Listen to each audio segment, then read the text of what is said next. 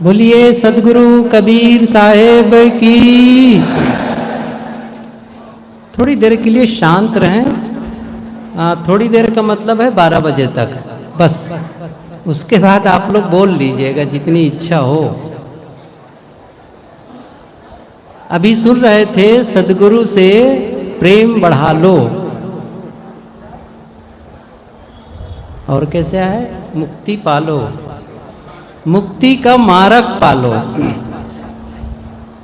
तो सदगुरु से प्रेम बढ़ाने का क्या अर्थ है? क्या सदगुरु से जाकर के, सदगुरु के समीप जाकर के कहें कि मैं तुमसे प्रेम करता हूं, आई लव यू? अच्छा, ये कह देने से काम बन जाएगा? साहब क्या कहेंगे? मतलब आप उसके शरीर से प्रेम कर रहे हैं या फिर उनके विचारों से प्रेम कर रहे हैं? जरा सोचो। कबीर साहब से प्रेम करने का क्या अर्थ है, या सदगुरु से प्रेम करने का क्या अर्थ है? क्या कबीर साहब जी की एक मूर्ति बना लें, कबीर साहब जी का एक चित्र रख लें और रोज सुबह शाम आरती वंदन करें, तो क्या यह माना जाएगा कि हम कबीर साहब से प्रेम कर रहे हैं? या फिर वर्तमान में कोई आपका गुरु हो, सदगुरु हो, जिन्हें भी, या फिर हो सकता है आपने गुरु का चुनाव किया हो, दीक्षा लिए हो किसी गुरु से और उनका शरीर नहीं रह गया हो, और आपने एक चित्र उसका फ्रेमिंग करा के घर में रख लिए और रोज आरती वंदन करते हैं और क्या कह रहे हैं, मैं अपने सदगुरु से प्रेम करता हूं। क्या माना जाएगा? यही है कबीर से प्रेम करना, यही है सदगुरु से प्रेम करना। देखिए, कबीर से या सदगुरु से प्रेम करने का अर्थ है, मैंने कहा ना, शरीर से नहीं, उनके विचारों से प्रेम करना। क्योंकि आज हम सदगुरु कबीर को जानना चाहें, आज हम पूज्य गुरुदेव जी को जानना चाहें, तो माध्यम क्या है? विचार ही तो माध्यम है। उन्होंने जो कुछ कहा या उनके वाणियों का संकलन हुआ, जिसके माध्यम से आज हम उनसे जुड़ते हैं। कबीर से जुड़ने का अर्थ है कबीर के विचारों से जुड़ना, और कबीर के विचारों से प्रेम करना, सदगुरु के विचारों से प्रेम करना। और सदगुरु के विचारों से प्रेम करने का मतलब है, देखिए, जिससे आप बहुत प्रेम करते हैं, धीरे धीरे उनके बोलने का ढंग आप में आने लगता है, उनके खाने पीने का ढंग आने लगता है, उनका जीने का ढंग आने लगता है, उनके विचारों का ढंग आने लगता है, उनके रहन सहन का ढंग आने लग जाता है। आता है ना? जिन लोगों का साथ करो उसका प्रभाव जीवन में आने लगता है। ये बहुत पुरानी कहावत जो सबको याद है, जैसा संग वैसा, थोड़ा जोर से बोले, जैसा संग वैसा रंग चढ़ जाता है।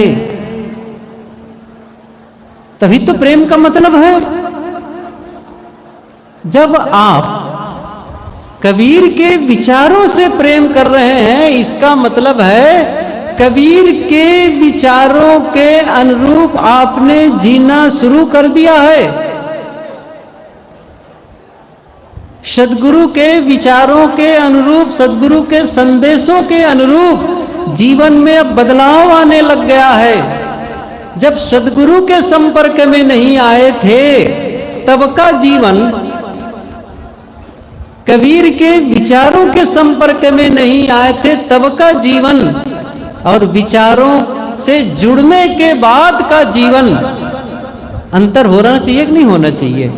कैसे होना चाहिए? स्नान करने के पहले का शरीर, जब आप सुबह उठें बिस्तर से और बाथरूम की ओर जाने लगे और सामने कोई मोबाइल लेके खड़ा हो जाए, मैं फोटो क्लिक करूंगा, अच्छा कितने लोग फोटो खिंचाएंगे? पसंद करेंगे? बाल बिखरे हुए, चेहरे में अभी उदासी है, कपड़े में सलवटे हैं, और ऐसा लगेगा अभी नींद खुली है तो कैमरा लेगा, फोटो लेने वाला, रुक, कब खिंचाना चाहोगे? नहा धो करके, फ्रेश हो करके, बढ़िया कपड़ा पहनोगे, और कैसे खिंचाते हैं? स्माइल करते हुए, समझ रहे हैं ना? तब फोटोग्राफी होती है। ऐसे ही अब आप समझ रहे हैं, स्नान के पहले जो आप दिख रहे थे, स्नान के बाद अब आप का रूप बदल गया है। तो ये क्या है? बाहर का स्नान, और जब आंतरिक स्नान हो गया तब आप समझो जरा से।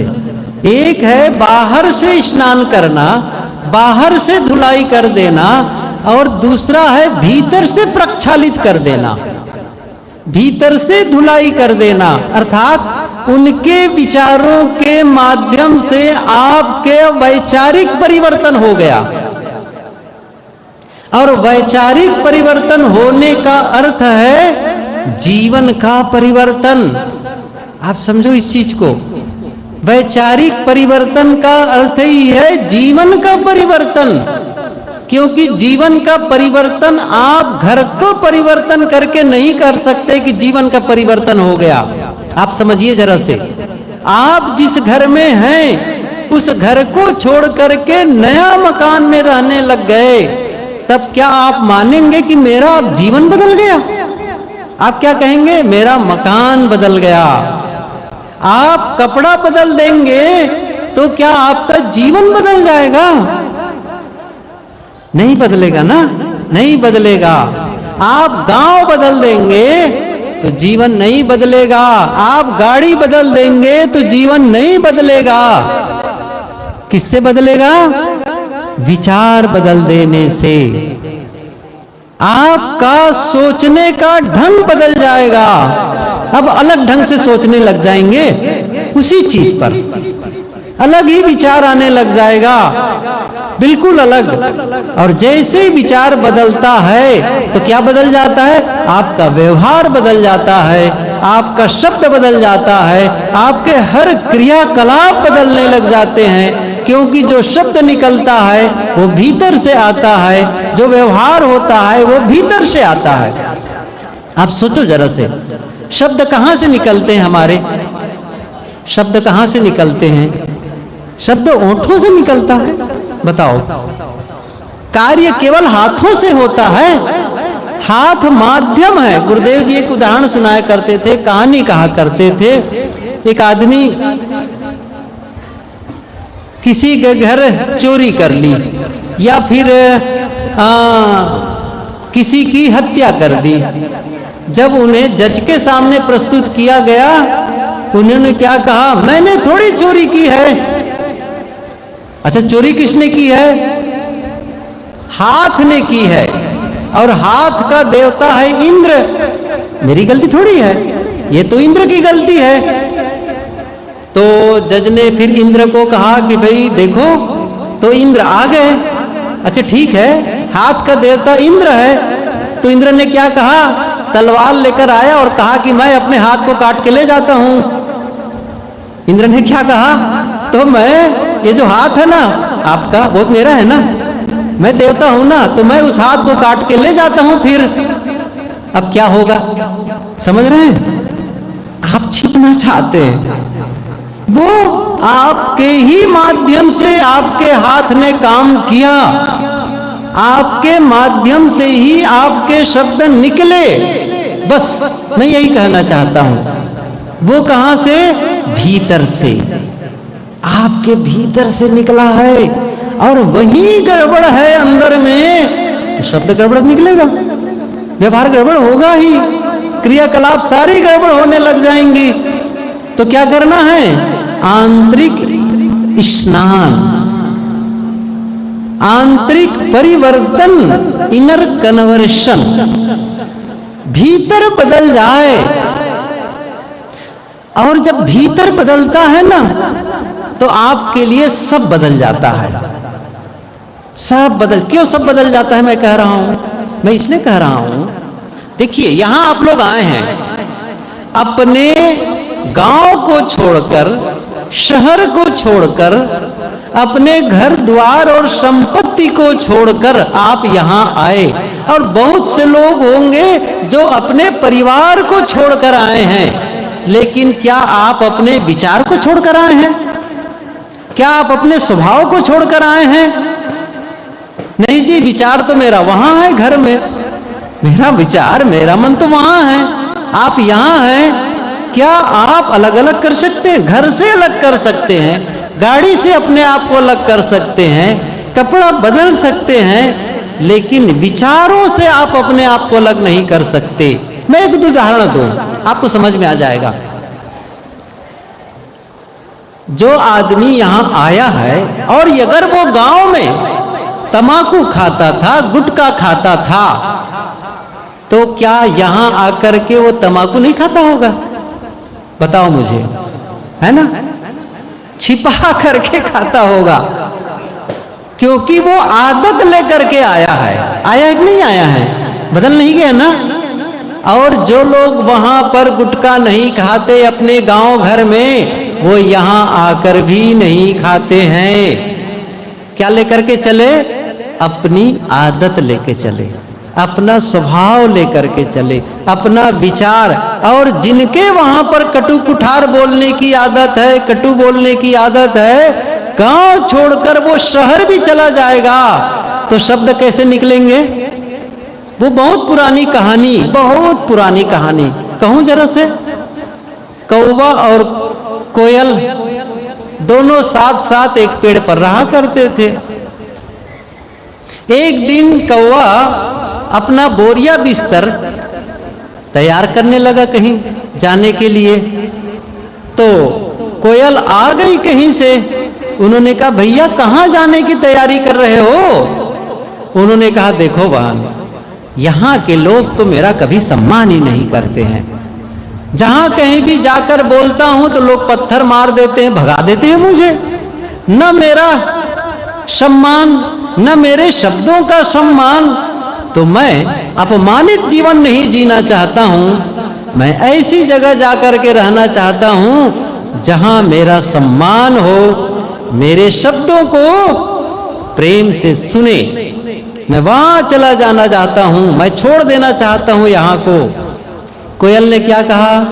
भैया, स्थान परिवर्तन समाधान नहीं है, समाधान है वाणी परिवर्तन, समाधान है स्वभाव परिवर्तन। यदि कौवा प्रयागराज छोड़ करके द्वारका चला जाए तो क्या वहां आरती उतारी जाएगी?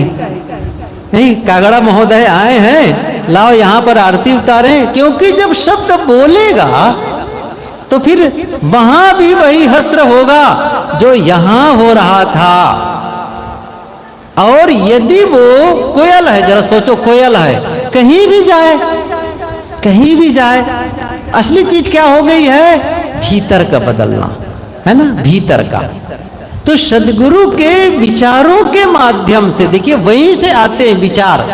और जो हमारा स्वभाव भी बदला है, हमारे में जो ढंग आया है बोलने का, सोचने का, करने का, वो भी हमने ग्रहण ही किया है।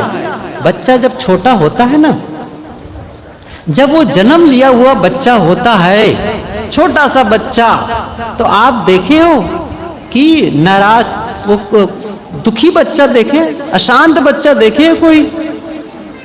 देखिए रोना अलग बिल्कुल चीज है, वो उनकी मांग है। अपनी बातों को, अपने भीतर के जो आवश्यकताओं को संदेश कैसे दें? एक ही उपाय है, रो करके। तो इसका अर्थ मत मान लीजिए कि वो नाराज है, वो गुस्सा है, वो नफरत कर रहा है, ऐसा कुछ नहीं है ना? कुछ नहीं है। न वो चोरी करना जानता है, न वो हिंसा करना जानता है, कोई गलत काम करना नहीं जानता है उनका। न वो बोलने का ढंग जानता है, कहाँ सीख रहा है? यही आसपास के लोगों को देखा, घर के माता पिता जो उनके और भी घर के सदस्य हैं, वे कैसे बोलते हैं, कैसे व्यवहार करते हैं, सब कुछ उसके अंदर रिकॉर्डिंग होती चली गई। क्या समझा?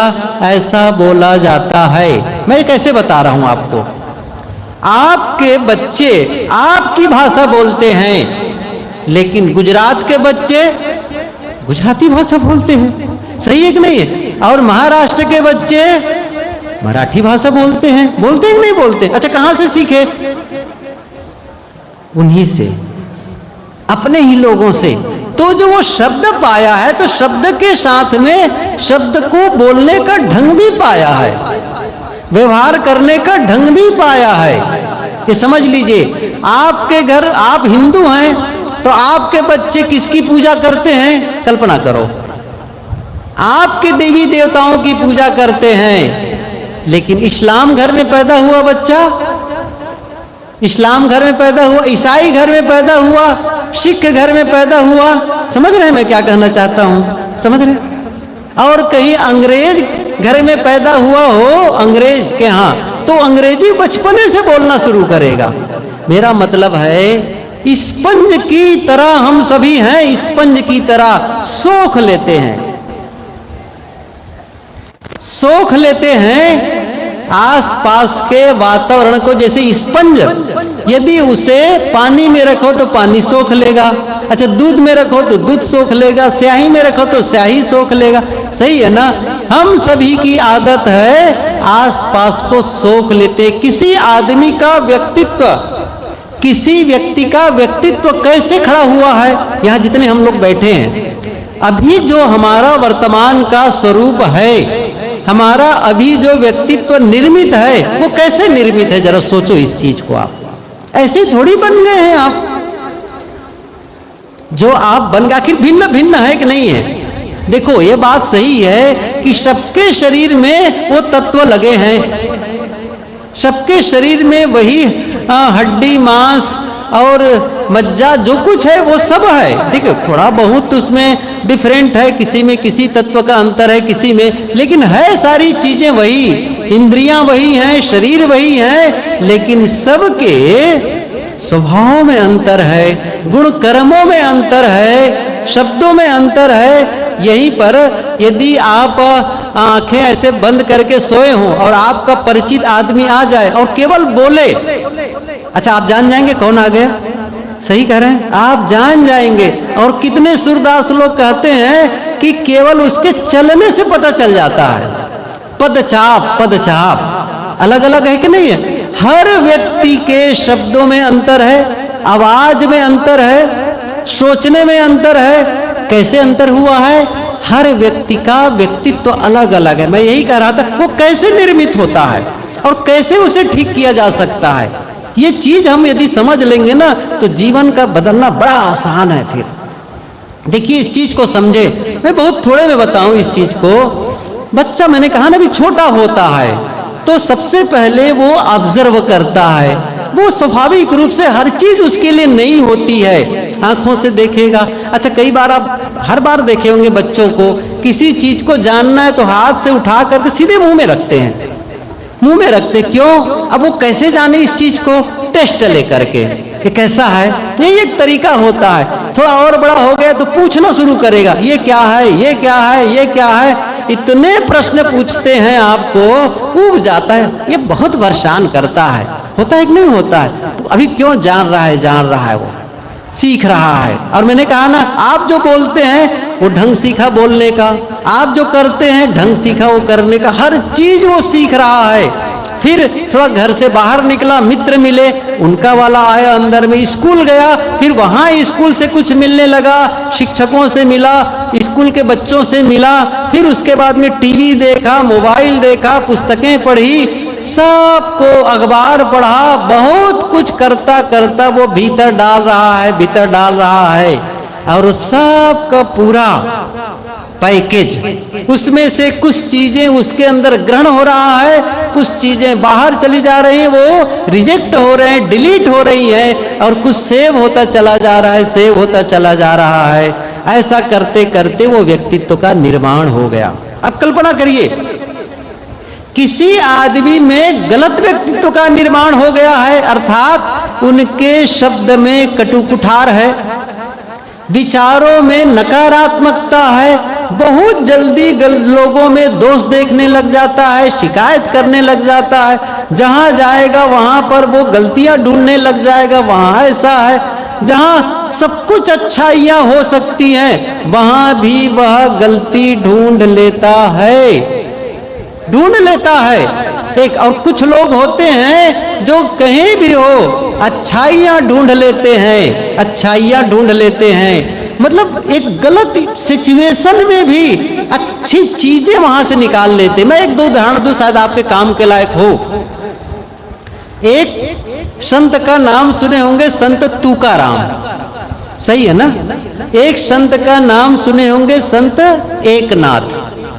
महाराष्ट्र के दोनों संत, समझ रहे हैं। एक संत एकनाथ की जो पत्नी थी बहुत ही शालीन और बहुत ही सेवा परायण, सत्संग में रुचि रखने वाली और हर प्रकार से पति के अनुकूल काम करने वाली। लेकिन जो तुकाराम की जो अर्धांगिनी थी, उनके जीवन साथी थी, वो बिल्कुल विपरीत, बहुत झगड़ालू प्रकृति की, बहुत नाराज, छोटी छोटी बातों को लेकर के वो बस घर में तांडव खड़ा कर दी। बहुत ही एक प्रकार से परेशान सा हो जाता घर का वातावरण। गुरुदेव जी उन्हीं के लिए उदाहरण दिया करते थे कि एक बार संत तुकाराम खेत गए और गन्ना बहुत सारा ला रहे थे घर के लिए। रास्ते में बच्चे मिले, गन्ना मांगते चले गए, हमें भी गन्ना, बच्चे को देते चले गए। ऐसा संजोग एक गन्ना बचा रह गए हाथ में। किसी ने आकर उनकी पत्नी को संदेश दे दी कि आप तुकाराम जी बहुत सारे गन्ने खेत से ला रहे थे, बच्चों में बांटते चले गए, बस एक गन्ना खेत से लेकर के आ रहा है, घर आ रहा है। अब पत्नी तमतमाई हुई थी।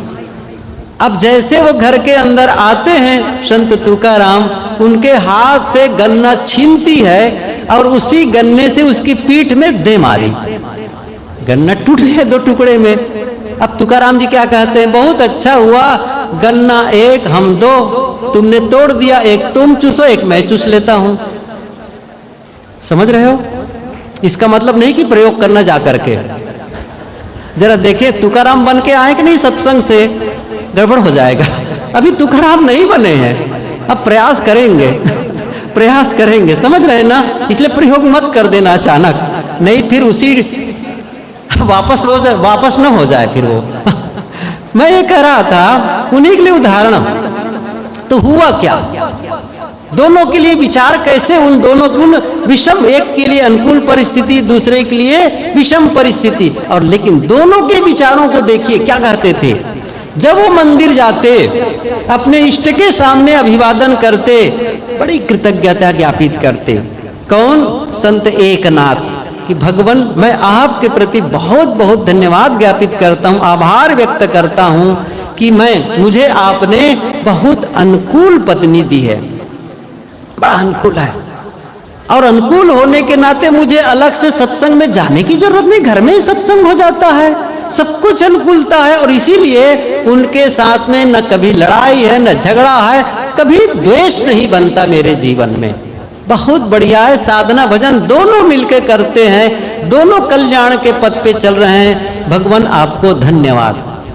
और संत तुकाराम क्या कहते थे, जिनकी पत्नी लड़ने वाली थी, वो क्या कहते थे? उन्होंने कहा भगवान आपका मैं बहुत बहुत धन्यवाद ज्ञापित करता हूँ, आभार व्यक्त करता हूँ, क्योंकि आपने मुझे ऐसी पत्नी दी है जिनके प्रति मेरा मोह कभी बनेगा ही नहीं, है कि नहीं? उनके प्रति मेरे मन में राग होगा ही नहीं। मुझे वैराग्य करने के लिए जंगल जाने की जरूरत ही नहीं है, वो घर में ही मुझे वैराग्य करा देती है। मैं धन्यवाद ज्ञापित करता हूँ। मुझे हर समय परीक्षा होती है मेरी, हर समय मुझे परीक्षा में पास करना होता है, मुझे अलग से कोई प्रशिक्षण की जरूरत नहीं है। घर में प्रशिक्षक बैठे हैं, समझ रहे हैं ना? कैसे निकाल ली, क्या बदल गया है? सोचने का ढंग। समझ रहे मैं क्या कह रहा हूं? मैं ये कहना चाहता हूं जब अंदर बदल गया सब कुछ बदल चला गया। इसलिए आवश्यकता किस बात की है? इसी बात की, मेरा वैचारिक परिवर्तन हो। कौन करेगा? ये संतों के जो विचार भीतर जाते हैं ना, भीतर श्रवण द्वार से। एक तो होता है शालय सकल शरीर, दो बातें हैं, एक है मधुर वचन औषधि और एक है तीर।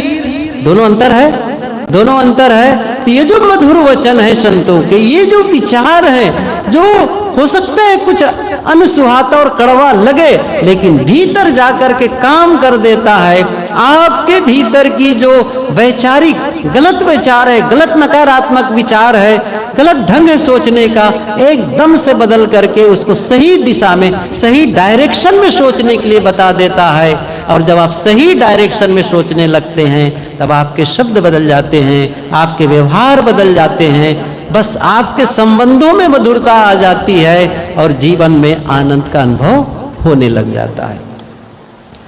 संतों के आगमन की मैं प्रतीक्षा में था। मैं आभार व्यक्त करता हूं कि हमारे बीच हमारे पूज्य संत जन विराजमान हुए।